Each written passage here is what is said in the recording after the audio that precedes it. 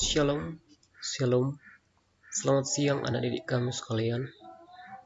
Bapak berharap kalian semua ambil waktu bersyukur kepada Tuhan secara pribadi, baik sesudah atau sebelum belajar. Kita akan melanjutkan pelajaran kita hari ini, yaitu pendidikan agama Kristen tentang berubahnya fungsi dalam keluarga. Berubahnya berbagai fungsi di dalam keluarga.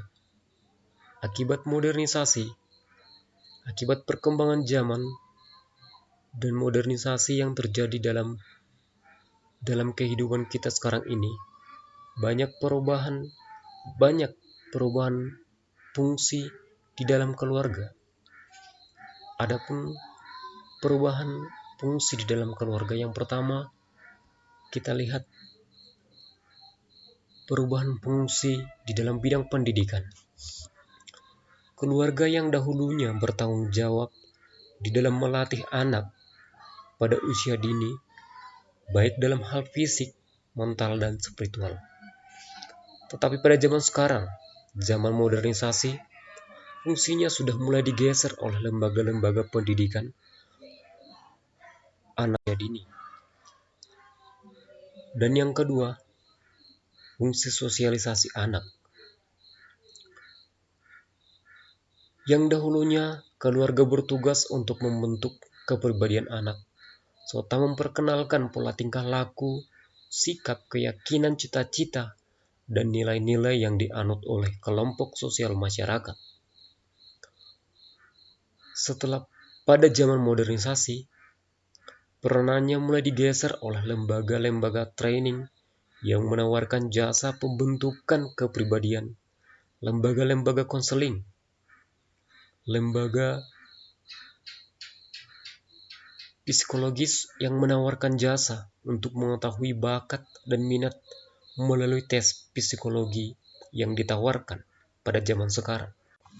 Dan yang ketiga, fungsi perlindungan. Keluarga yang dahulunya bertugas atau bertanggung jawab memberikan tempat yang nyaman bagi anggota keluarga dan memberikan perlindungan secara fisik, ekonomi, maupun psikologi bagi seluruh anggota keluarganya. Tetapi pada zaman sekarang, zaman modernisasi ini, fungsinya mulai digeser oleh lembaga-lembaga yang menawarkan jasa-jasa asuransi jiwa, jasa-jasa asuransi yang menawarkan perlindungan akan masa depan dari anak-anaknya. Ketiga, yang berikutnya, fungsi perasaan. Keluarga yang dahulunya bertugas memberikan rasa keintiman atau rasa aman, rasa perhatian yang tercipta dalam keluarga. Pada zaman modern ini, peranan itu sudah mulai digeser oleh adanya baby sister yang mengurus anak. Karena para orang tua zaman sekarang ini sudah sibuk mencari kebutuhan di dalam keluarga. Karena itu, untuk memberikan perhatian yang lebih dekat kepada anak, sudah digeser oleh adanya baby sister, adanya daycare, dan lain sebagainya. Fungsi yang kelima yang berubah yaitu fungsi keluarga. Keluarga yang dahulunya bertugas dan bertanggung jawab untuk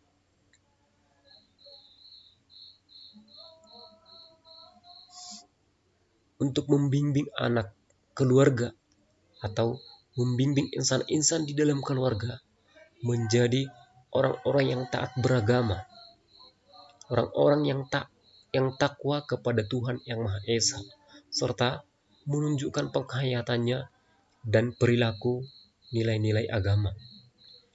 Di dalam keluarga yang seharusnya untuk membimbing, mengarahkan setiap anggota keluarganya agar keluarga tersebut hidup di dalam naungan Tuhan. Keluargalah tempat anak untuk mengenal agama, tempat pertama untuk mengenal agama. Dan zaman sekarang ini, peranan untuk meningkatkan spiritual atau ketakwaan keimanan anak itu sudah mulai digeser dengan adanya lembaga-lembaga penelahan Alkitab. Adanya lembaga sekolah minggu yang ditawarkan oleh gereja. Sehingga fungsi keluarga untuk meningkatkan iman dan ketakwaannya anak-anak itu sudah dilimpahkan kepada lembaga-lembaga tersebut. Dan fungsi yang keenam yang berubah, yaitu fungsi ekonomi. Keluarga yang dahulunya bertugas untuk mencari sumber-sumber penghasilan untuk memenuhi kebutuhan keluarga dan pengaturan penggunaan penghasilan keluarga untuk memenuhi kebutuhannya.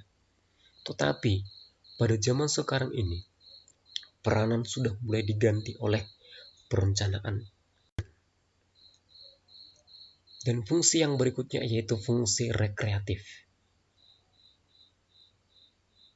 Keluarga yang dahulunya berfungsi untuk mencari tempat hiburan, tempat rekreasi, memberikan suasana yang segar dan gembira kepada keluarga.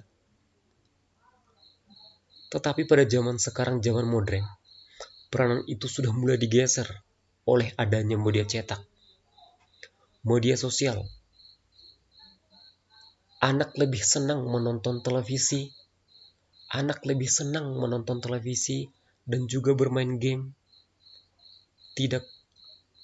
Para orang tua tidak memperhatikan lagi fungsinya untuk fungsi rekreatif, tetapi anak disibukkan dengan adanya perkembangan zaman media cetak, media elektronik yang telah berkembang zaman sekarang ini. Dan yang berikutnya, fungsi biologis. Keluarga yang dahulunya bertugas untuk pemenuhan kebutuhan biologis dan seks untuk suami istri, untuk menghasilkan keturunan, memenuhi kebutuhan gizi di dalam keluarga, serta memelihara dan merawat anggota keluarga secara fisik. Tetapi pada zaman sekarang, zaman modern ini, fungsinya sudah mulai digeser oleh tempat-tempat prostitusi, dokter, keluarga, bayi tabung, dan cloning.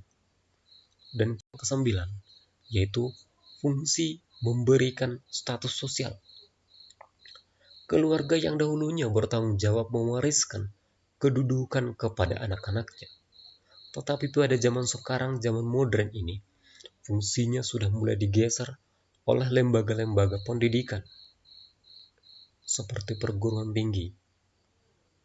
Dan itulah yang bergeser, fungsi-fungsi keluarga yang bergeser akibat modernisasi atau perkembangan zaman yang kita hadapi ini. Keluarga Kristen sebagai bejana tanah liat di tengah dampak modernisasi. Kenapa dikatakan demikian? Keluarga Kristen itu sebagai bejana tanah liat di tengah dampak modernisasi.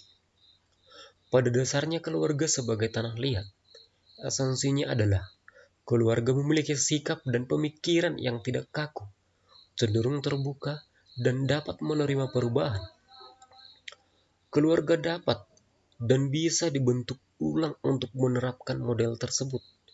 Pada intinya, masing-masing anggota keluarga harus menyadari bahwa mereka adalah insan-insan yang tidak sempurna, sehingga menyediakan diri untuk dibentuk oleh Allah dalam setiap tantangan.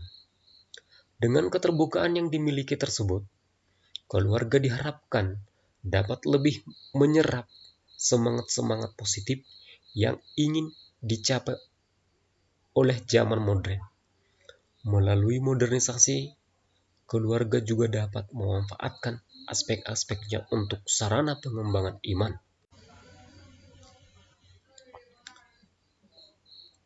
Yang harus dilakukan oleh keluarga di tengah-tengah perkembangan zaman untuk menghadapi modernisasi yang terjadi pada saat ini, keluarga harus bisa memahami, keluarga harus bisa mengerti, keluarga harus bisa menyesuaikan diri dan lebih mendalami firman Tuhan lebih dekat lagi agar keluarga itu bisa menghadapi modernisasi atau perkembangan zaman yang dihadapi. Di dalam Efesus 5 ayat 22-23 ada hal-hal yang harus dilakukan oleh keluarga, hal-hal yang harus dipahami keluarga agar keluarga itu bisa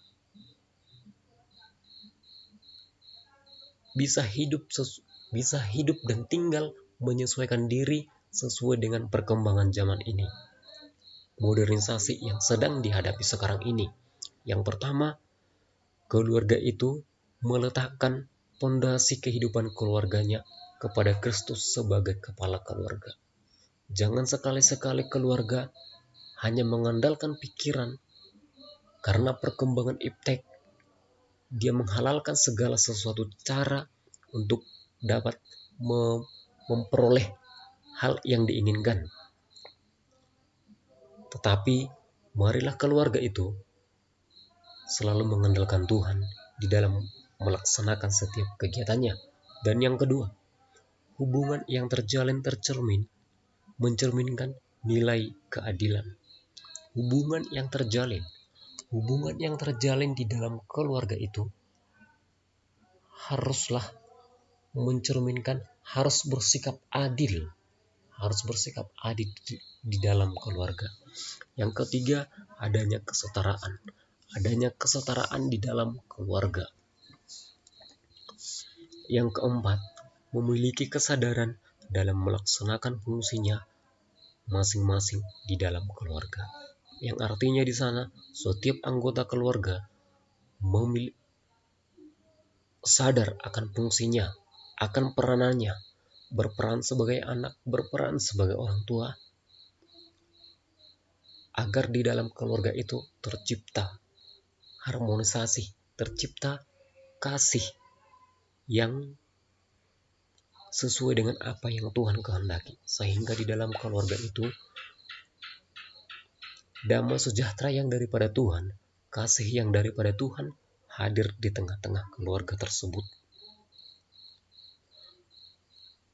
Pada minggu yang lalu kita sudah belajar melihat apa itu dampak modernisasi, bagaimana dampak modernisasi dalam keluarga, dan pengertian modernisasi.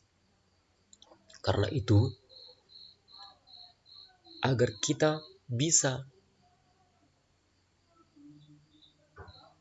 hidup di tengah-tengah perkembangan modernisasi zaman sekarang ini, keluarga itu harus dapat di tengah-tengah keluarga, kita sebagai anak-anak Tuhan, kita sebagai remaja Kristen harus bisa bersikap sesuai dengan apa yang Tuhan kehendaki. Kita harus menjadikan perkembangan zaman ini menjadi mempergunakannya ke hal-hal yang lebih baik. Pada minggu yang lalu kita sudah mempelajari, pada video minggu yang lalu kita sudah melihat apa itu, bagaimana dampak positif modernisasi di dalam keluarga. Marilah hal itu kita lakukan agar kita bisa hidup sesuai dengan apa yang dikehendaki Tuhan, dan keluarga kita bisa sesuai dengan apa yang Tuhan kehendaki di dalam kehidupan kita. Demikianlah pembelajaran kita untuk hari ini. Kita lanjutkan untuk minggu depan. Terima kasih.